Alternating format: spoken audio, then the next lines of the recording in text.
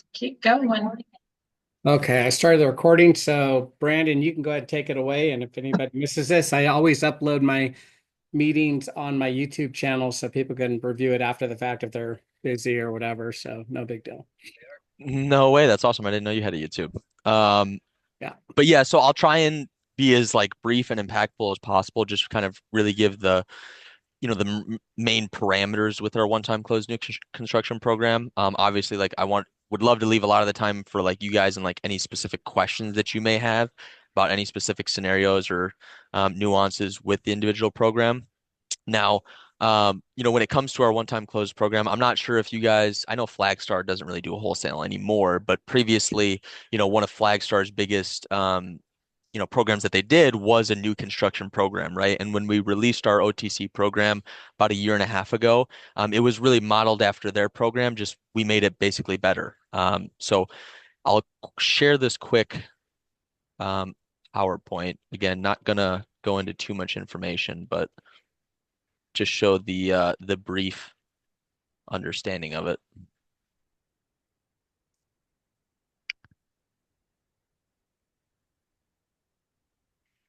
So obviously this is kind of the brief parameters of the program itself, right? So obviously like when it comes to one-time closed new construction, obviously there's two different kinds you can do, right? We offer both, right? So there's a purchase where the borrower is purchasing the land as well as financing the construction of the home, and then we also offer a refinance, right, where the borrower already owns the land itself or maybe has a lien on it and we're just paying off that lien and then also financing the construction of the home, right? Now, one of the great kind of nuances with our program too is that we do allow like 2 to 4 unit investment properties.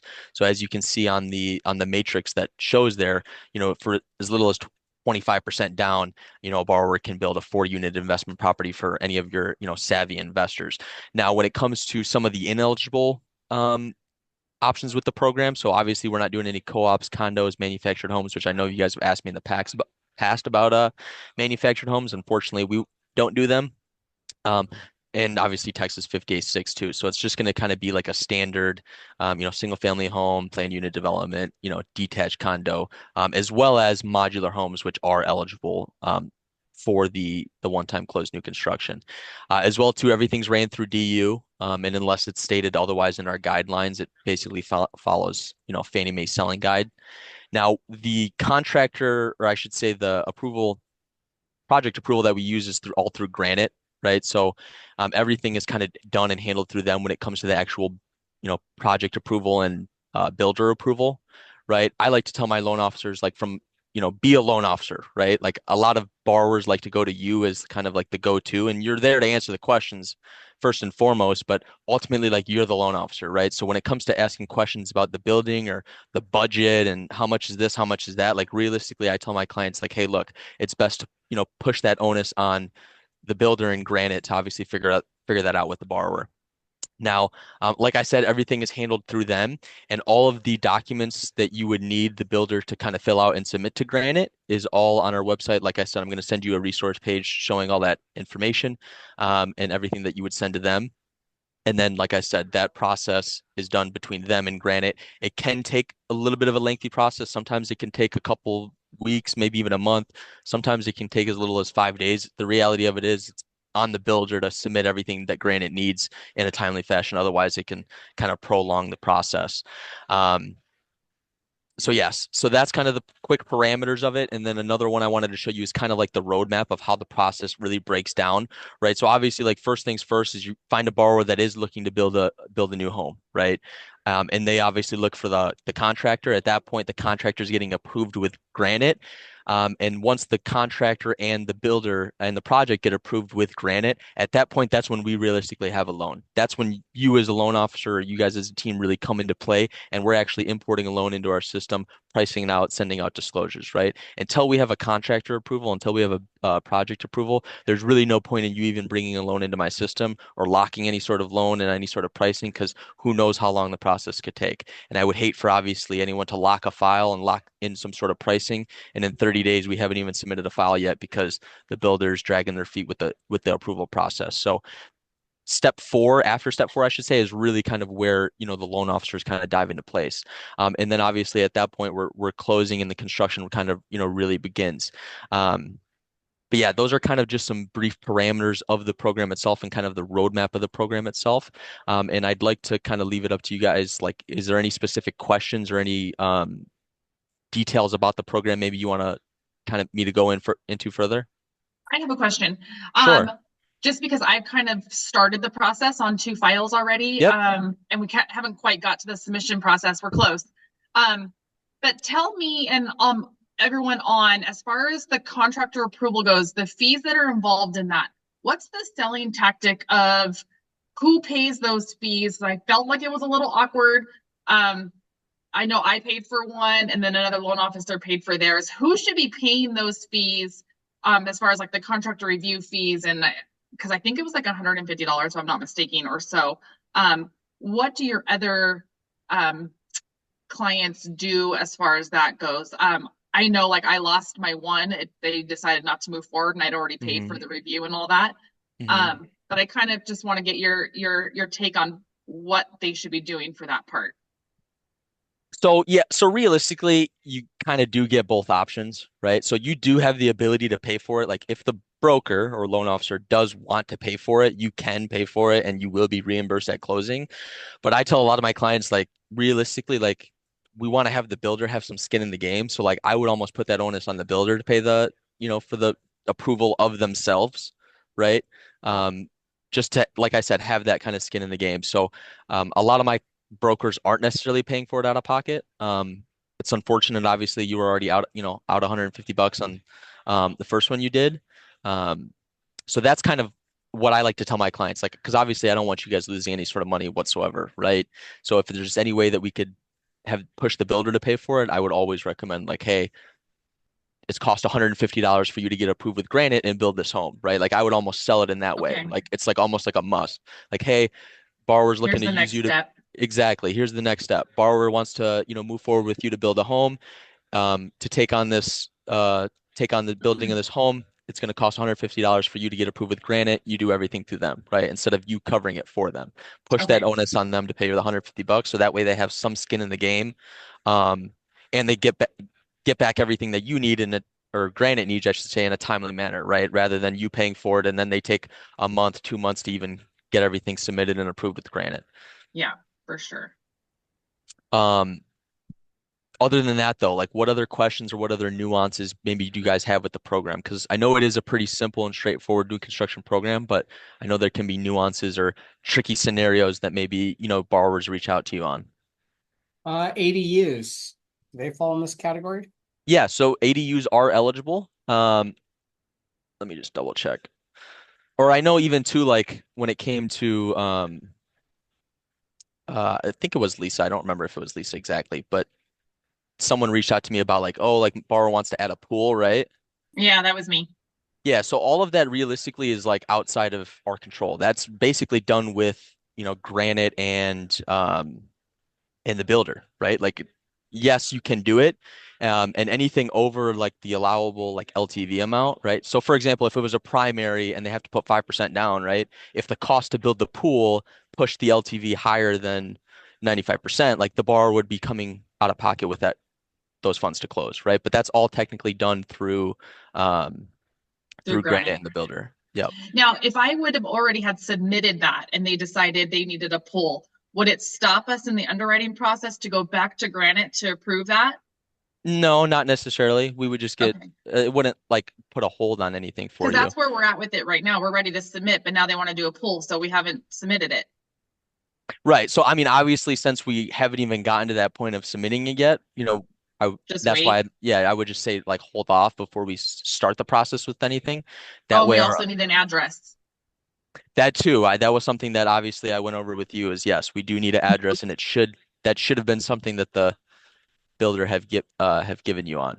Yeah, they're But working on it. The contract just says a street name in the city. It does not have the numbers, the numeric. And then I pulled property profile on the APN and there's no address. So I don't know if mhm, the builder, I don't really, they were going to take care of it this week after the holiday, they said. So got it. yeah. Okay, perfect. So I have all kinds of things that like I can chime in on, but because I've been in the mix of it, me and Right. Ashley both, but um, it's like, I mean, I could take over, give you all the scenarios of what's been Hmm. happening, but for all the all of our loan officers listening because we've been in the thick of it, but Absolutely, absolutely. And to Carrick, to answer your question is, yeah, can I build a new home with a pool, ADU, detached garage, any other amenities? The answer is yes. The borrower can build their home to any specifications that are agreed upon with their builder, What right? about existing home adding an ADU? Is that That's a great question. That's a little bit difficult because that's not necessarily like that one I can look into to see if okay? we could potentially like add an ADU and do the one-time close new construction to because the reason why I think there might be some hiccups there is because obviously like there's already liens on the property itself. Yeah, So with us wanting to finance an ADU, like with the one-time close, like we kind of would like to be in first lien position. So sure. that could be a little bit tough, but I can definitely look into that, scenario, and follow up with you guys. Another, great scenario that a lot of clients ask me is, can they demolish a home, right? Like let's say there's already an existing property and a client wants to build, something brand new, or they buy something that's maybe run down or the foundation isn't great, so they got to tear it up and restart. That also is eligible. You can, basically demolish an existing family home, and basically, rebuild it. Obviously it has to be within like all local code and everything like that. It has to be up to That standard. But 100% demolished or so with you could one do wall standing? you could do 100% demolished, or you can do it where you're still using the existing foundation. Okay. Because I know back in the day, and it's been a minute since I've done construction, but I know that they would look at it as a remodel if you left one wall standing rather than Correct. new construction. But I don't know if that's still in play or not. Yeah, so that would still technically, be the play, right? Because you're still using the actual dwelling itself, just Yeah, basically remodeling the inside. With the new construction, it would only be considered if it's either complete demo or you're demoing everything but the foundation.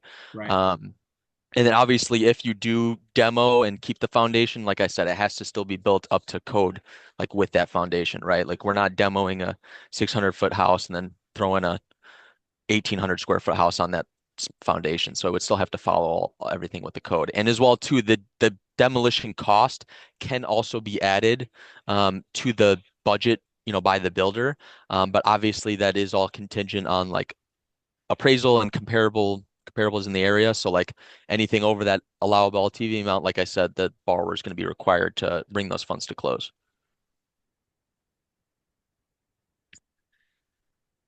Other than that, though, any other like scenarios, any other like potential questions? No, guys, I'm really sorry that I was late. I apologize. My grandson just got out of surgery, so we were on a conversation with that. So I apologize. I do have Oh, one. it's not a Actually, I problem at would all. like to ask one quick question. Yeah, go ahead. First, to say I don't know what ADU is. Accessory dwelling unit. Oh, Granny flat. A lot of Yeah. people in LA are using them now. The baby boomers that refuse to sell their houses and give us that inventory are putting ADUs in to create Hmm. a subsequent income for themselves by renting them out. It's kind of a hot ticket item right now. Hmm. interesting. So, yeah. Um, yes, exactly. And one thing I wanted to ask too is like, are you guys really only strictly focused on kind of the California, LA area, or do you guys kind of, promote or try and get business in any other states? I guess I should ask, are you guys licensed anywhere else too? We're licensed in a few other states, so we don't Hmm. really, we're licensed in Arizona, Texas, and Nevada. yeah. Okay, awesome. But we're not really marketing in Florida. We're not really marketing in those states, though. Hmm. I mean, we have some LOs that have business that they get, periodically in those states, but we're not really marketing in those states. So Hmm. I got you. everything's pretty much California for our team. I got Most you. of us are in the same area. We're in a pretty unique area that's got a lot of building going on right now too. Hmm. Um, I know Patrick, he was the one that had the scenario with the manufactured homes. Hmm. He's Yeah. got clients that want to build like 10 manufactureds on some land, and that's what we've been kind of looking for. And I know you said you guys do modular. Correct. Yep. So modular meaning on permanent foundation. I mean, tell me the difference between modular and manufactured in your guys's books. Well, modular is they're module. Stick homes? Yeah, but they're built in modules in like pieces that they put together like a puzzle, whereas manufactured just kind of like two big pieces or one piece all just Mhm. trailered in. Modulars, different modules they can put together. Think of it like Legos, right? So Patrick, is it True Manufacturers your client? That's what he was asking for. And modular never came up. So, but Yeah. I'll certainly circle back. Well, so what you're telling me is we could do these with modulars, but we can't do them with manufacturers? Yes.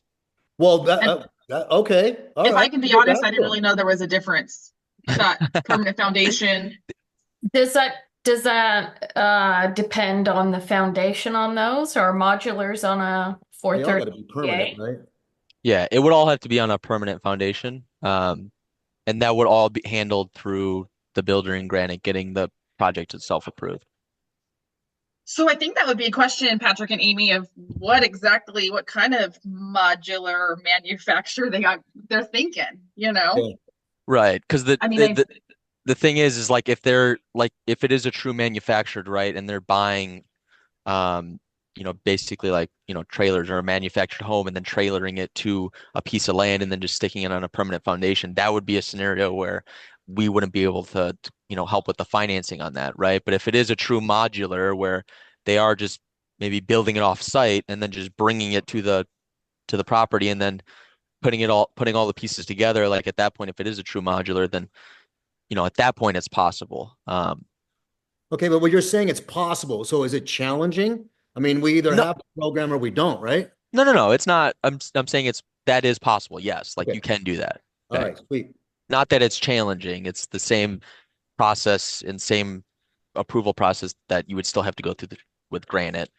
Um, there may be like a slight pricing adjustment, on the loan or something like that, on pricing. But yeah, no, the process is still the exact same. Okay. Amy, are you on the call? He was. she Oh. was, yeah. Anyways, we'll circle back. Yes, with that. I'm Thank- here. There she is. Amos, do me a favor, make a note of that and then circle back with that realtor if you could. Done. Mhm. Thank you. So one other thing I wanted to mention too is that a borrower, like let's say, for example, you get a scenario where maybe a borrower has already like started, building their home, and would want to transition into, basically like a one-time close new construction loan is, yes, that is also technically possible. It's considered, basically financing a pre-started loan. The only thing that you would have to keep in mind if it was already pre-started is you would have to supply like all the invoices and permits, and any supporting documents for the build already done. And then Granite would be sending like obviously an inspector out there to the property to make sure everything is, up to code, before they approve the project and approve the new builder. And then it wouldn't be like someone that isn't a licensed builder, right? Like let's say you have a borrower that bought a piece of land and trying to piece together building their own house and hiring different contractors. It wouldn't be those scenarios. The builder would still need to be a licensed builder. And then to piggyback off that scenario is we also do allow for owner builders, right? Meaning the borrower is the builder, but again, like I said, the owner builder would have to be like a licensed builder. They would have to be like genuinely in that industry. But we also only allow it for like primary residence, and conventional only. So it would only be if the owner builder was building their primary house. That actually, we have Amy. I'm not sure if you're hearing what this gentleman is saying right now, but we might have an opportunity right now on one. Is that just for brand new construction, or could it be on a rehab? Yeah, I was just thinking 2 or 3K. Yeah, it wouldn't be a 203K. It would be a brand new. No, but that's okay. But brand if I have a buyer who's also a contractor, he wants to buy this house and live in it forever. So, do you see a way that we can work this out with their construction loan? But it's a rehab or Yeah. ground up construction. No, it's rehab. Yeah, Yeah, so that's different. Rehab would be a no-go. But if he was like buying a piece of land or buying a property and going to demo it and build a new house, at that point we would be able to make it happen. Okay. I have a question on the one-time close. Yeah. So, Yeah, sure. So there's no takeout loan. It's all one loan, or is there different rates for the construction part of it, then it flips to the perm loan, or how does that work? Yeah, great question, and that's something I also wanted to cover, right? So there is a set interest rate, right? When you're pricing it out, you'd be able to see it in our system, right? So that is like the note rate, right? Like for example, let's say note rate's at 7.5, right? So that's the note rate, and that'll be the note rate throughout the process. But at the end of the process, once we receive like a certificate of occupancy, um, a modification period becomes like eligible, right? And we actually automatically have like a float down policy. So let's say note rate when you close the file was 7.5. In 8, 9 months, 10 months, the property gets built, borrowers move in, market moves down an entire percentage point. Obviously, like to avoid any sort of EPO policy or Right. any issues on your end, we have an automatic float down policy to where we will move the borrower down to current market rate plus an eighth, right? So let's say they're at 7.5, market comes down to a 6. When they move into the house, we'll bump them down to a 6.125. Got it. And is this FHA or conventional, or what's So our program, the OTC, we offer it through conventional and VA. Don't currently have any sort of FHA yet, but that might be something that we open up in the future. Got it. But great question. And then as well too, for anybody, that may have like investors, like I know I mentioned in the beginning, how we do offer the like 4-unit investment properties, right? Rental income cannot be used to qualify. So just keep that in mind as well for any like investors that you might reach out to about, building a 4-unit or something like that.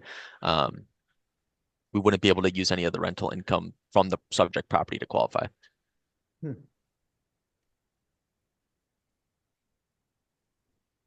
Any other questions though, or any scenarios that I can help kind of cover as well? Ashley, are you on? Is Ashley on still? Yeah, she's on. Her and I have the same one we've been working on, so. I would think she would have processed. We've been working with Brandon already together. Yeah. And stuff. So, and that's the other thing, you guys email him. He's a wealth of knowledge on what we need to have done. He can go in behind you through their system and kind of correct stuff, which I know he's been doing for us. It was a hard thing for me to understand of like, I'm doing a purchase, but I'm doing a refinance because they own the land. And so I was having like structuring issues. I mean, and I've been in the game a long time too. And so it's like, I just can't quite grasp how we're doing a refinance when we're really doing a purchase because they just own a piece of land. And so I kind of had the numbers all messed up and we went in and it, I was thinking it was like the value is future value. But he explained to me that it's the cost. I mean, Brandon, maybe you can explain that. So it's the cost of construction plus, go ahead. So basically the LTV is based off of the cost of construction plus the value of the land, right? So let's say, for example, you have a borrower, and this may have been the case, right, Lisa, in your scenario, they're going to build the cost to build it's, $500,000, the value of the land's 200, but when it's all said and done, they think it's going to be 1.2 million, right? Exactly. And the reality of it is we're not going to base our figures off of the future value, right? So the LTV and how we base everything is the cost of construction plus the value of the land. That's basically what your quote unquote appraisal value is going to be based off of, right? And That's it's the value of the land or what they paid, right? So like in my instance, they paid 140 for the land. Cost of construction's 555 or whatever. Yep. And I think I had future value at 950, but really it's only whatever it was, 750. Whatever. Sure. Yeah. Yes, exactly. Yep. So value of the land. Yep. Okay. Yeah, that's where mine came up. So he can go in behind you through the portal, which is what he did. And I was like, I don't know. I can't get pricing. I don't know what's happening. And he was able to figure that out right away, that I had it as future value versus those two, the value of the land plus the cost of construction, period. What is the highest LTV we can go to? So it depends. Obviously 1-unit primary. Yeah. You'd be looking at 95%. So the borrower would put 5% down, which from my understanding of working with other clients, that's actually, pretty aggressive, really good. Yeah. A lot of my clients that use, maybe some other lenders out there that do new constructions, it's always like a 10 or 20% down situation. Yeah. So yeah, the fact that we can go to 95 is definitely a good selling point for us. Yeah. That's smoking.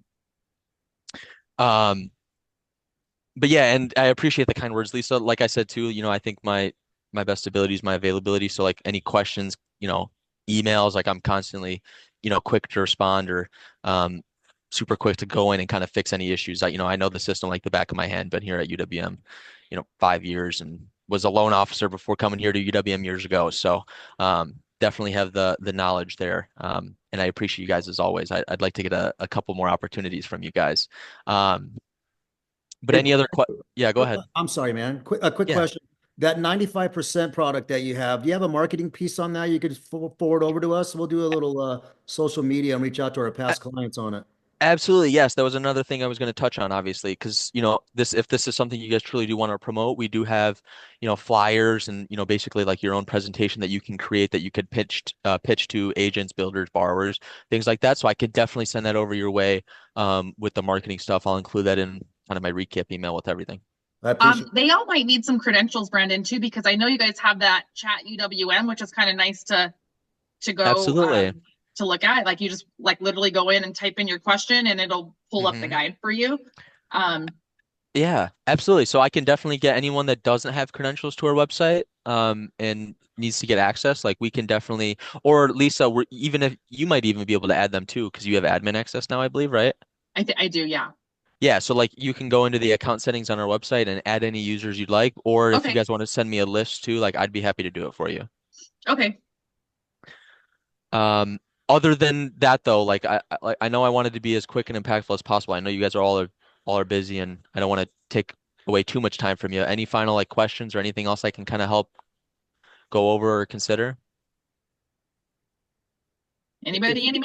I'm Going good. once? Brandon, if you could just do me a huge favor, if you have access to that 95% product, a flyer marketing piece, that way I don't have to dive into the system or bug Lisa. If you could just shoot that over to me, I'd like to get that out today or tomorrow. Absolutely. Yeah, I'll go ahead and Thanks, send that brother. over. Like I said in my recap email, I'll include everything, including that. And then obviously, like I said, if any questions, anything comes up, like do not hesitate to reach out. I'm always happy to help. So Right. if there really is anything I can do, just let me know, guys. Cool. Thanks, Brandon. Appreciate it All right, Thanks, Thank you awesome. so Thank you guys. much. Thank you guys so much. You guys have a wonderful day, okay? You too. as well. Thank Thank you. you. Bye-bye.